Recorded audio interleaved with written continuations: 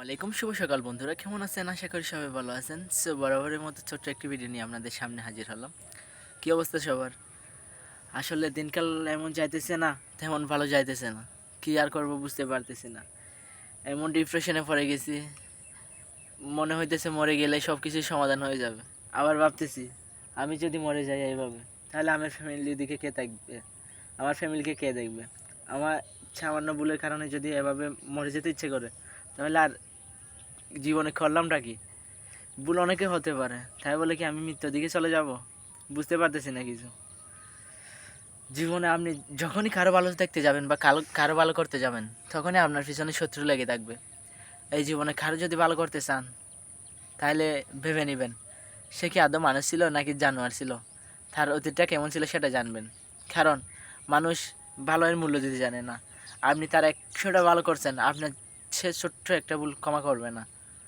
হয়তো আল্লাহ ক্ষমা করে দেবে যে ভুলটা করছেন, কিন্তু মানুষের কাছে আপনি ক্ষমা পাবেন না। ওরা মানুষ নাকি আদৌ জানোয়ার, সেটা বোঝাই মুশকিল।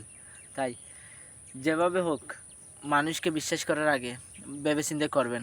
আপনার ভুলটা হয়তো আপনি বুঝতে পারতেছেন তেমন নয়, কিন্তু অন্য কেউ সে ভুলটা এমনভাবে নিয়ে যাবে, মাটি থেকে আকাশের উপর তুলে নিবে, সাথে তুলনা করবে ওই ভুলটা।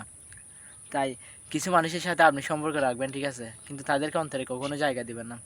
তাদেরকে যখনই আপনি অন্তরে জায়গা দিতে যাবেন, তখনই তারা আপনাকে অন্তরের মধ্যে ছুরির আঘাত করবে।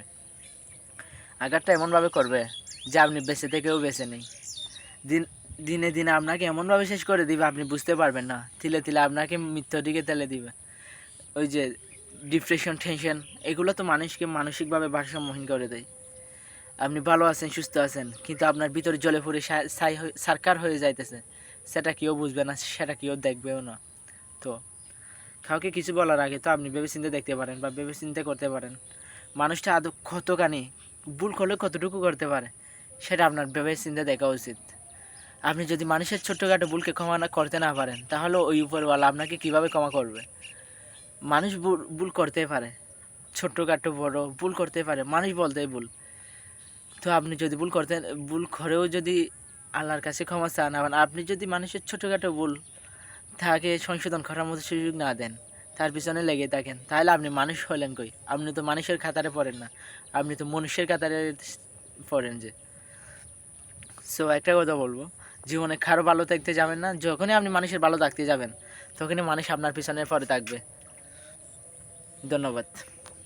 আসসালামু আলাইকুম।